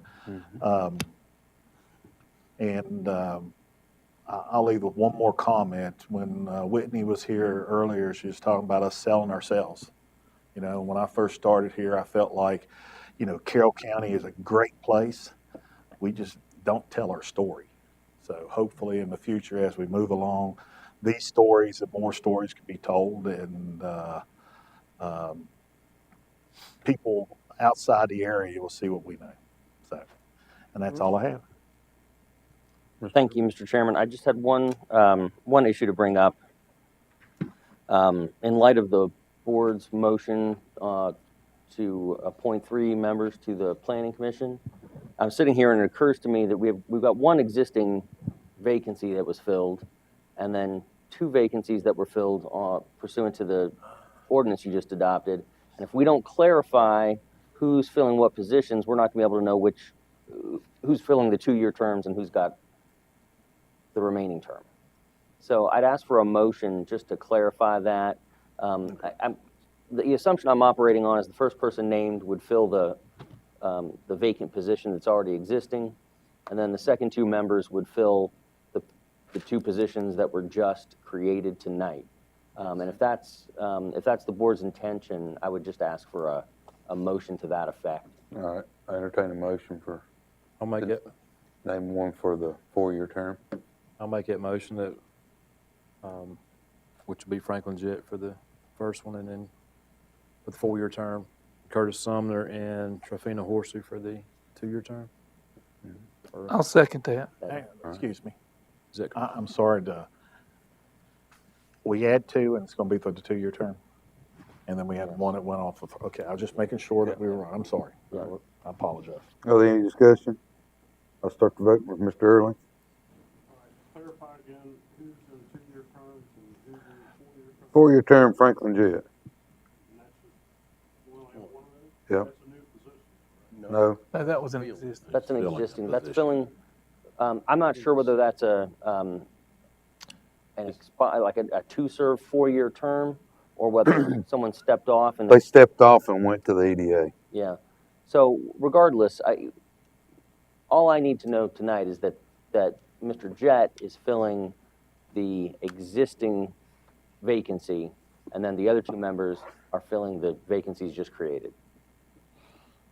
All right, I'll start the vote with Mr. Early. Mr. Collins? Yes. Mr. Hill? Yes. Mr. McCraw? Yes. Mr. Dixon? Yes. And I vote yes. Is that all you have? That's all I had, gentlemen. All right. Thank you. I'll entertain a motion for adjournment. So moved. Right. All right, I have a second. Any discussion? Start the vote with Mr. Early. Mr. Collins? Yes. Mr. Hill? Yes. Mr. McCraw? Yes. Mr. Dixon? Yes. And I vote yes. It's okay now.